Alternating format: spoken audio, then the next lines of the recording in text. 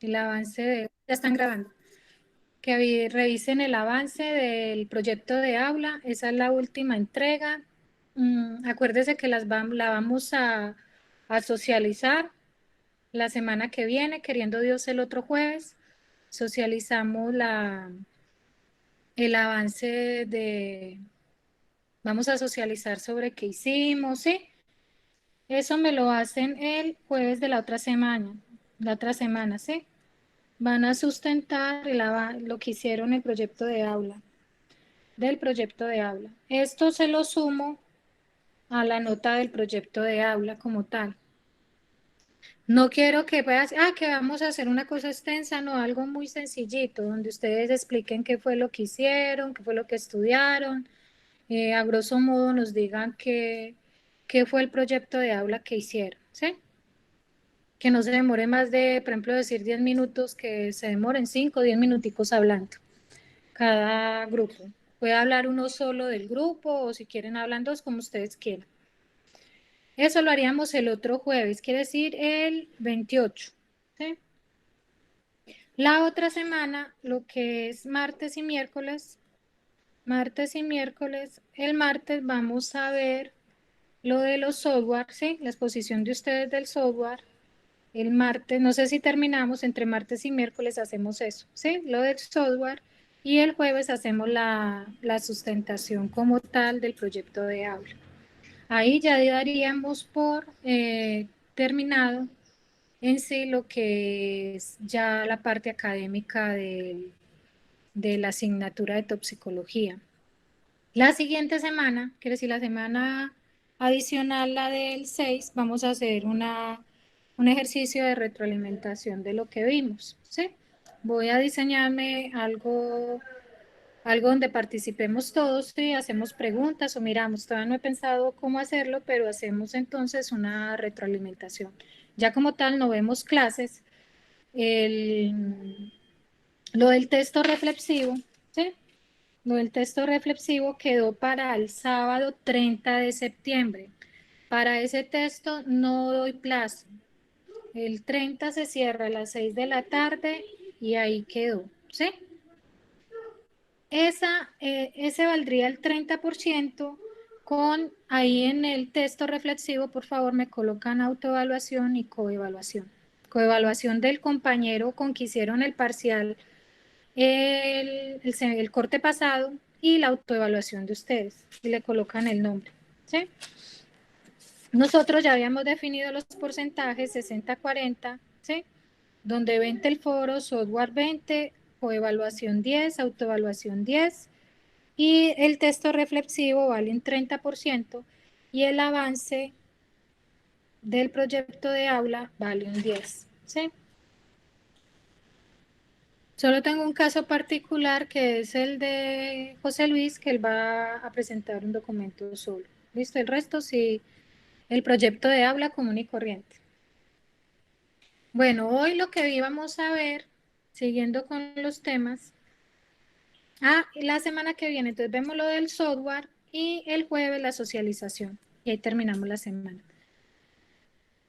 Voy a buscar la presentación para mostrárselas.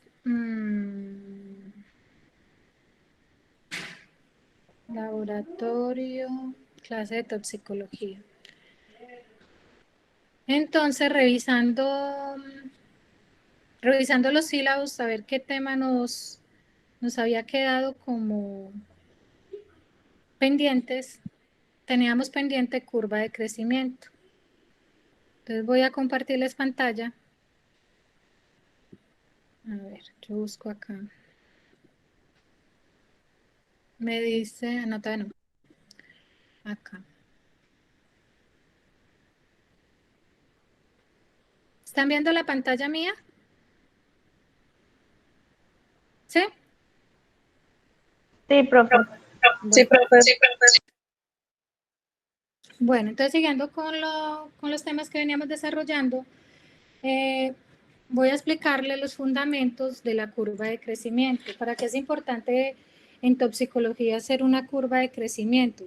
Para mirar, ¿sí?, la viabilidad de los microorganismos en diferentes tipos de pruebas, donde podemos mirar si se mueren o no se mueren, ¿sí? Según el crecimiento que tengan y la gráfica exponencial que tengan hechos.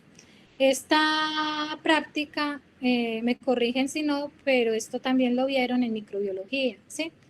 La curva de crecimiento es lo mismo, ¿sí? La prueba se hace, hay diferentes métodos para realizar.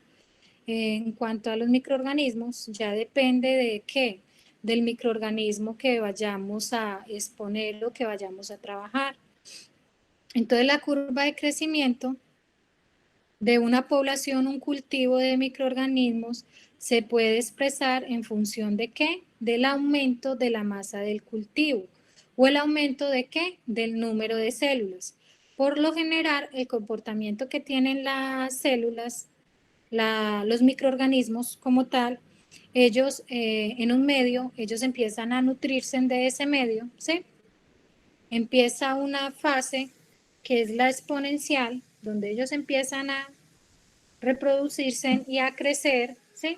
A replicarse en esas colonias, a utilizar ese nutriente que tiene ese medio, y cuando ya ese medio se empieza a agotar, que si los nutrientes que tiene ese medio se empiezan a agotar, entonces empieza una etapa de latencia, donde ellos simplemente están estáticos, están quietos. Ya cuando se acaban esos nutrientes, ya no tienen más, empieza una fase de declinación, donde empiezan a ¿qué? A morir como tal, los organismos, los microorganismos. En estudios es importante conocer el número ¿qué? Exacto de microorganismos en la muestra, como agua, alimentos, superficies de trabajo, medio ambiente. ¿Esto a qué me ayuda? A determinar la calidad del producto analizado. También se utiliza para mirar la letalidad. La letalidad, por ejemplo, de un microorganismo expuesto a determinado antibiótico. Entonces, mirar hasta qué punto hubo crecimiento o no del microorganismo como tal, dependiendo de la concentración del antibiótico. Hay muchas técnicas para estimar el crecimiento de una población bacteriana. Entonces, tenemos ¿cuál? La estimación de la masa celular como tal. Entonces, para esta técnica utilizamos determinación del peso húmedo. ¿Cómo lo hacemos? Entonces, se tara un tubo de centrífuga, se centrifuga el cultivo y se elimina ¿qué? El sobrenadante que tenemos. Y por último se determina que el peso de ese sedimento, de ese tubo, vamos vamos a pesar ese sedimento celular. La utilidad de este método es aplicable a organismos unicelulares, levaduras, bacterias, hongos filamentosos. ¿Cuál es la desventaja que tiene? Que tiene grandes errores debido al líquido intercelular retenido, al líquido que tienen, ¿sí? Intracelular las células, cuya cuantía depende a su vez de la forma y tipo de agrupaciones de la cepa, la intensidad del empacamiento que tengan que estas células unas con otras. Entonces ahí hay un factor de error donde podríamos estar midiendo más del peso que es realmente. Para la determinación del peso seco es parecido la metodología a la anterior, ¿sí? Es lo mismo, pero aquí ¿qué hacemos? Colocamos el sedimento a secar a 105 grados centígrados en un horno, ¿sí? Toda la noche lo ponemos a secar para eliminarle la cantidad de agua que tenga. La medida del peso seco suele representar entre ¿qué? Entre el 10 y el 15% del valor del peso húmedo. ¿Cuál es la utilidad de este método? Es la misma del anterior, ¿sí? Medir el peso en biomasa. Y la desventaja del método es que es muy tedioso, requiere mucho tiempo porque hay que dejar secarlo y hay bastantes errores debido a la manipulación como tal de la muestra. Al usarla, esto se pesa pues en las pesas analíticas, ¿sí? También esto es una variación en el método donde si son, por ejemplo, balanzas descalibradas o mal hecho el pesaje, ¿sí? Entonces también podemos tener un margen de error allí. Otro método que utilizan para las curvas de crecimiento, que es muy utilizado, es el que se utiliza por turbidometría. Aquí que utilizamos un equipo que se llama espectrofotómetro. El espectrofotómetro lo que hace es mirar la absorbancia de una muestra que atraviesa, ¿sí? A través de un haz de luz. Colocamos aquí el espectrofotómetro que tiene la luz, ¿sí? Tiene una celda aquí donde yo voy a introducir la cubeta. Casi siempre estas cubetas son de cuarzo. Y aquí me va a hacer la lectura, ¿sí? Dependiendo de qué, de la concentración de la muestra, pues va a ser la luz que se va a dispersar, ¿sí? Y va a ser la medida que me va a dar por absorbancias acá en la aguja en el espectrofotómetro, ¿sí? Este instrumento que me mide la relación de la intensidad de qué? De la luz que incide sobre la muestra, ¿sí? Y que sale a través de ella, esa luz que sale a través de ella. Entonces, cuando mayor es el número de células, mayor va a ser ¿qué? La turbidez del cultivo y mayor la densidad óptica y menor la cantidad de luz no dispersa que emerja a través de la muestra. Entonces esto es inversamente proporcional. Entonces, la densidad óptica del cultivo es pues proporcional a la densidad celular. Esto es así dentro de los límites puestos que a elevadas concentraciones pueden formarse en agregados celulares o producir un efecto pantalla de unas células sobre otras. Entonces acá lo que miramos es que la dispersión de la luz, ¿sí? La dispersión de la luz a través de la muestra, ¿sí? Entonces a mayor turbidez del cultivo, mayor va a ser la densidad óptica. Entonces si yo tengo mayor concentración, mayor turbidez, entonces por ejemplo cuando hacemos análisis de algún, por ejemplo algún metal, algún analito, ¿sí? Entonces cuando tiene más color, pues va a haber más concentración. Si tiene menos color, pues va a haber menos concentración, por ejemplo, de plomo, que eso se mide a través del espectrofotómetro y es lo que me saca es una absorbancia. Con esa absorbancia, según la concentración que me dé o la absorbancia que me dé, yo hago una fórmula y saco la concentración como tal, sean miligramos, sean gramos, según el analito que yo esté analizando. Estas pruebas con espectrofotómetro se utilizan mucho en química también para mirar diferentes analitos, por ejemplo, en los humanos, como es la glucosa, los colesteroles, para mirar exposiciones a plomo, a mercurio, a cadmio, se hace por espectrofometría.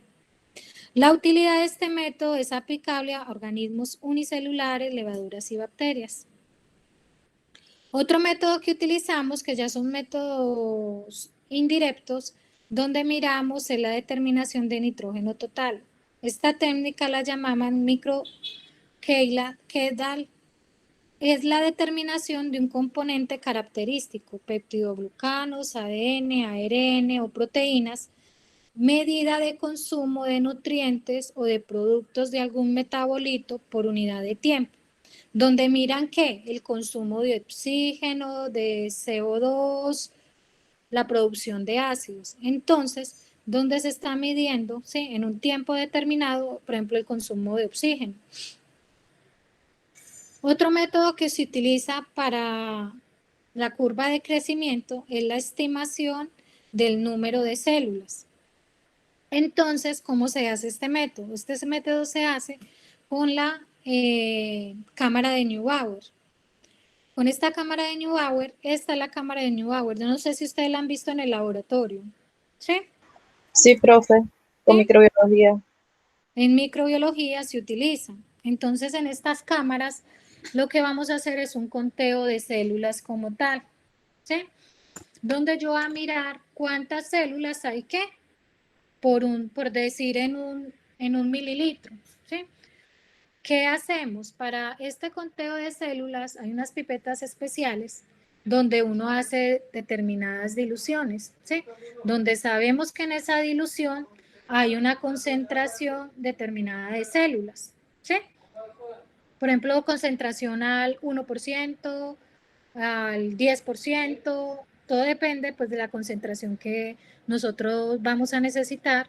Entonces preparamos la dilución, que se hace con una pipeta Pasteur, ¿sí?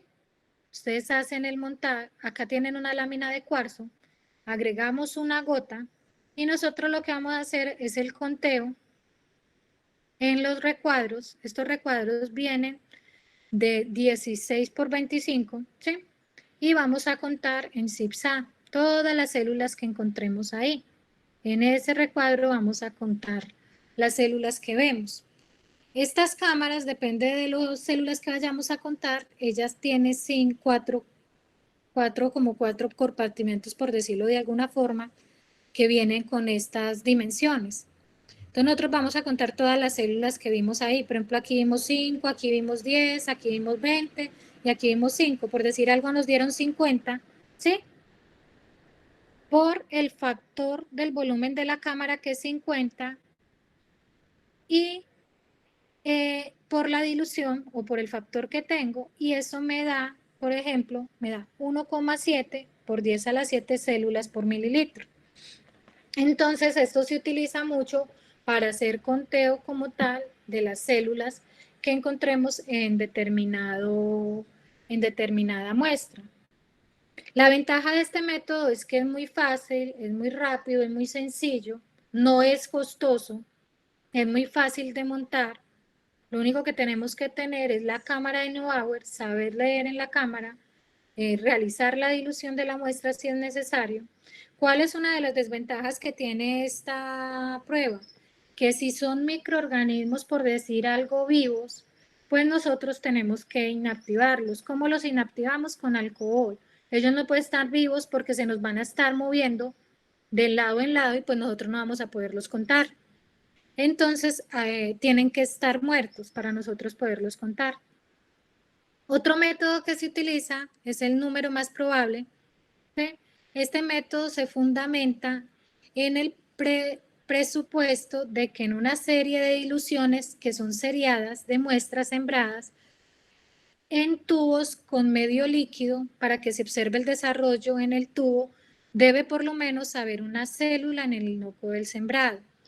Con esta consigna y aplicando el análisis probabilísticos, estos son análisis estadísticos, según la dilución y la cantidad de tubos seriados usados, que siempre es por triplicado, se construye la tabla del número más probable,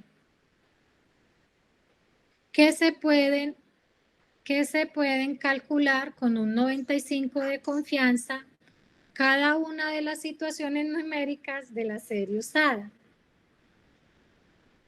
Aquí les traigo un ejemplo de cómo se hace. Eso lo miramos en una tabla ya para uno poder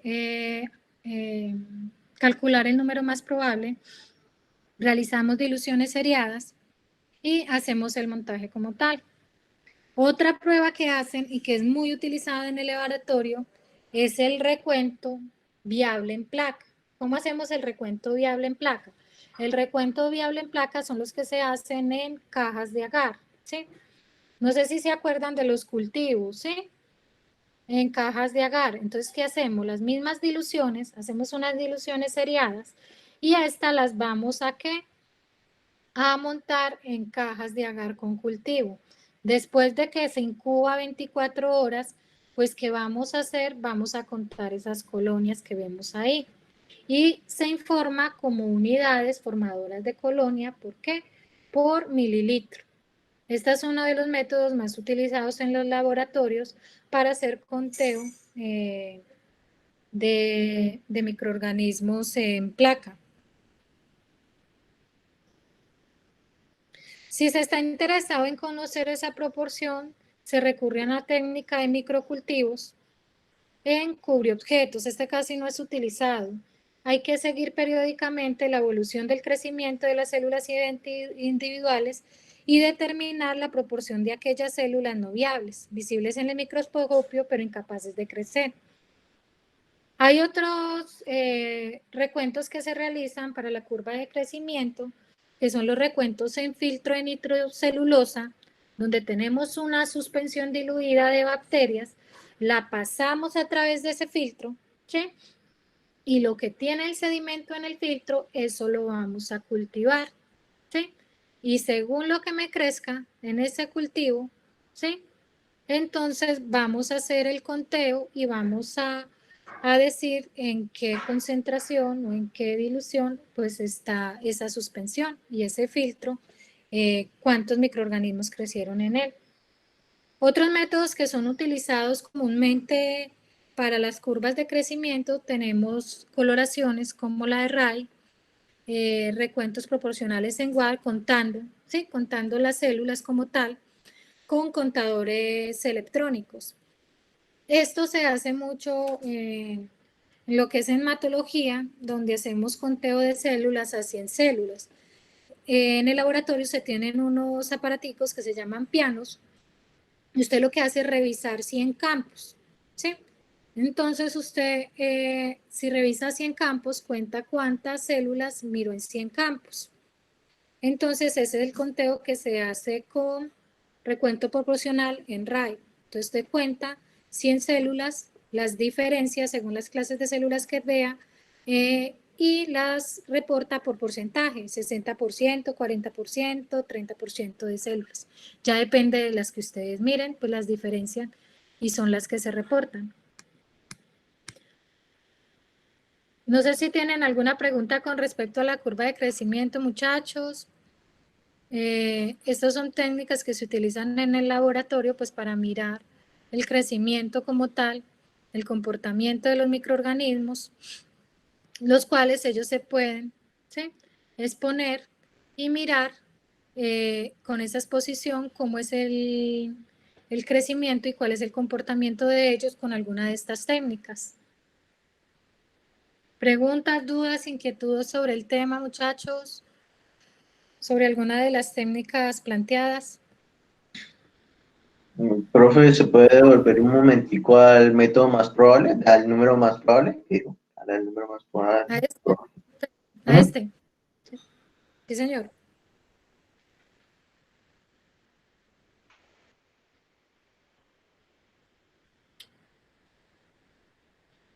Acá que mira, dice, una serie de diluciones de la muestra sembrada en tubos con medios líquidos. Para que se observe el desarrollo en el tubo, debe por lo menos haber una célula en el inóculo del sembrado. Con esta consigna y aplicando el análisis probabilístico, según la dilución y la cantidad de tubos seriados usados, se construye una tabla, ¿sí?, de número más probable por 100 mililitros. Demuestra que pueden calcularse con un 95% de confianza para cada una de las sustituciones numéricas de las series usadas. Entonces hay unas tablas donde yo voy y comparo, ¿sí?, y miro Sí. esas concentraciones a qué corresponden, ese número más probable a qué corresponden. Son, por ejemplo, como las pruebas que hacemos con antibiogramas también, donde usted mira, según el halo, ¿sí?, el halo que se muestre, pues mira qué tan sensible o qué tan resistente es un microorganismo determinado, a determinada sustancia, a determinado antibiótico. Entonces acá hay tablas Claro. que usted revisa y mira la concentración por esas tablas que hay. Ah, vale. Sí, Por señora. ejemplo, acá dice que una serie muy usada en el análisis de agua es la serie de 3 diluciones por triplicado. En ella se siembran 3 tubos de 10 mililitros de muestra, seguidos de 3, de 1, de 3 y de 0,1. Luego de la incubación se observa que el crecimiento en los tubos, buscando que el límite de crecimiento. Y a partir de él se establece el número indicativo de la serie para buscar un equivalente del número más probable en la tabla correspondiente. Entonces, ¿qué miramos? ¿Hasta dónde qué? Hasta el límite del crecimiento donde hubo turbidez. ¿Sí? Y Sí. voy y la comparo con la tabla. ¿Sí? Sí, señora. ¿Listo? Entonces, ¿cuáles tenemos? Para las curvas de crecimiento tenemos las que son de determinación del peso seco de biomasa, ¿sí? Peso seco, peso húmedo, que es por centrifugación.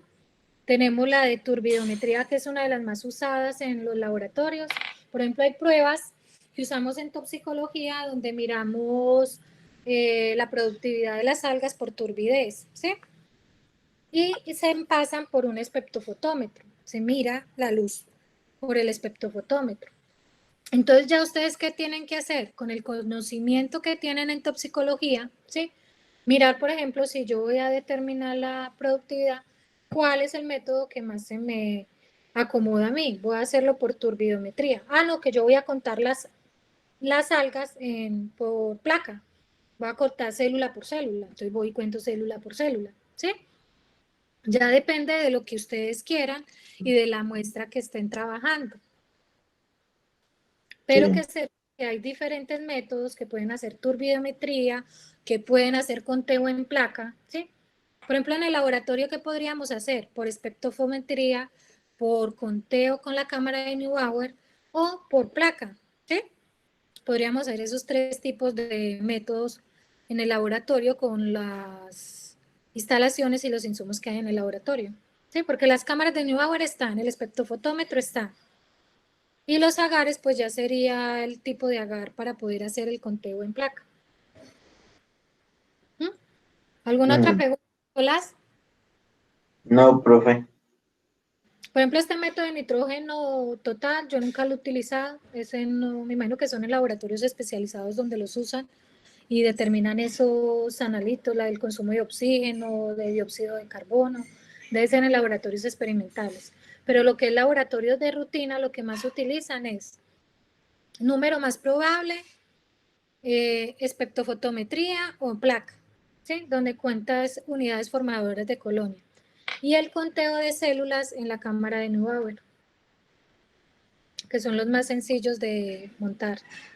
¿Sí? Muchachos, Sí, ¿preguntas señora. respecto al tema o todo claro?